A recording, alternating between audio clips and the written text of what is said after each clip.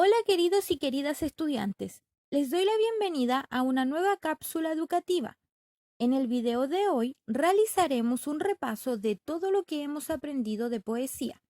Es por ello que el objetivo de esta sesión es recordar y repasar los contenidos aprendidos en poesía, siendo las habilidades para trabajar recordar porque vamos a refrescar la memoria por medio de un repaso. Pero antes de comenzar, recuerden ver el video en un lugar donde no haya mucho ruido de fondo. Presten mucha atención ya que todo lo que verán a continuación se les preguntará en la prueba que tendremos el miércoles 12 de agosto. Entonces, comencemos. Tal como dije, haremos un repaso de poesía. Por lo tanto, solo si gustas puedes ir tomando apuntes. Entonces, en primer lugar, ¿qué es un poema? Debemos recordar que un poema es un texto literario que sirve para expresar emociones, ideas o pensamientos sobre el mundo que nos rodea.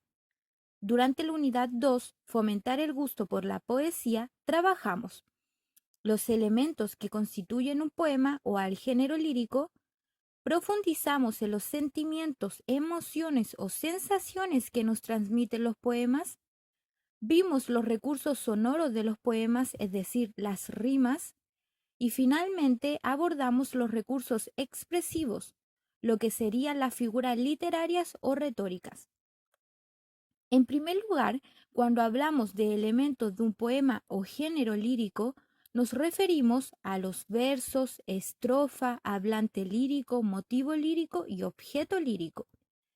Por ejemplo, en el siguiente poema titulado El niño yuntero, se aprecia que el verso corresponde a las oraciones del poema o las líneas, y la estrofa, por lo tanto, es ese conjunto de versos. Por otra parte, si analizamos el poema y leemos la primera estrofa, carne de yugo ha nacido, más humillado que bello, con el cuello perseguido por el yugo para el cuello, nos podemos dar cuenta que se está hablando de un niño o niña que es humillado y perseguido, pero no es el niño el que habla, sino que es la voz de una mujer u hombre, pues no se especifica el género, que pretende hacer una denuncia frente a esta situación de maltrato. En cuanto al motivo lírico, debemos recordar que este es lo que expresa el poema. En este caso podría referirse al tema. Por lo mismo, el motivo lírico de este poema es la explotación laboral infantil en el campo, ya que se habla de la tierra y del arado, porque el contexto es el campo. Y en cuanto al objeto lírico, este es el elemento o sentimiento que provoca la creación del poema. En este caso, la inspiración del poema son los niños del campo. En segundo lugar, tenemos los sentimientos, emociones y sensaciones de los poemas. Hay que tener en claro que para expresar todo esto se debe utilizar el lenguaje figurado. Pero, ¿qué es el lenguaje figurado? El lenguaje figurado es un tipo de lenguaje que usamos para expresar una idea o pensamiento, pero con otras palabras o con otro significado. Esto es muy característico de los dichos chilenos. Por ejemplo, cuando decimos me comería una vaca, no estamos diciendo literalmente que nos comeríamos a este animal, sino que lo que estamos haciendo es exagerar nuestro pensamiento para decir en simples palabras que tenemos mucha hambre. Es decir, dije algo pero con otras palabras. Eso es el lenguaje figurado. Por otra parte, para expresar sentimientos en un poema podemos utilizar ciertos recursos, como transmitir estados de ánimos o temple de ánimo, repetir constantemente algún sonido, letra, palabra o verso, apelar a los sentidos como el olfato o el tacto y crear imágenes mentales en el lector. Para ejemplificar este punto seguiremos con el mismo poema llamado El niño yuntero. Entonces, hay que dejar claro que cuando hablamos de estados de ánimo nos referimos a un temple de ánimo, es lo mismo. Por lo tanto, al analizar este poema, notamos que el temple de ánimo que transmite es variado y podemos encontrar, por ejemplo, la rabia debido a la explotación infantil, la tristeza por los niños que deben trabajar y la angustia por esta situación. Por otro lado, podemos identificar que se repiten sonidos en la primera estrofa, los cuales apuntan al sonido Y. Por ende, se usan palabras que tengan la letra Y o doble L.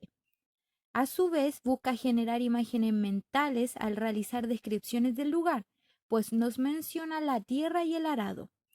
En tercer lugar, tenemos los recursos sonoros, los cuales apuntan a las rimas. Pero antes, ¿qué es una rima? Una rima es la repetición de sonidos de la última palabra de dos o más versos. Ojo, que esto solo se da en la última palabra y no en las palabras de entremedio. Podemos encontrar la rima consonante y la rima asonante.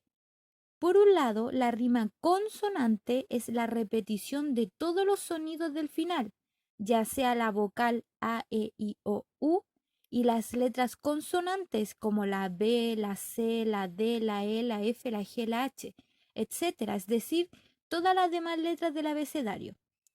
En cambio, la rima asonante es la repetición solo de las vocales A, E, I, O, U.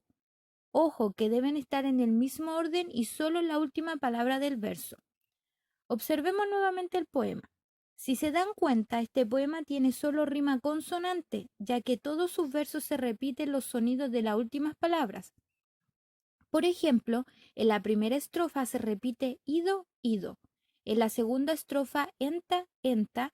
Y en la tercera estrofa illo, illo. Si se dan cuenta, se repite tanto una vocal como las demás letras del abecedario.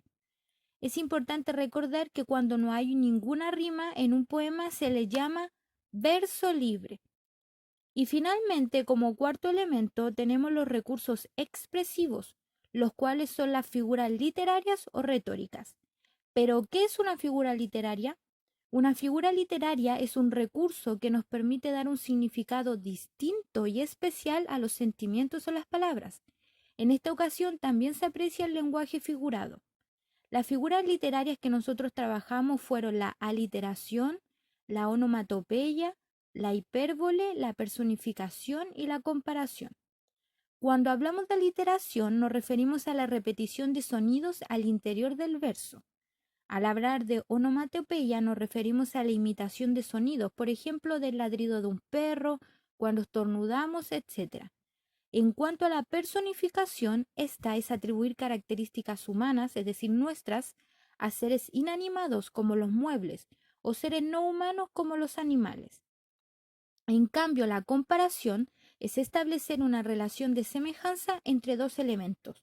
Esta figura la reconocemos siempre inmediatamente ya que se usa el nexo comparativo como o semejante a. Y para finalizar, la hipérbole es la exageración de una cualidad o situación. ¿Recuerdan el ejemplo del inicio? Me comería una vaca o me muero de hambre. Lo que se hace es usar la hipérbole para exagerar lo que sentimos.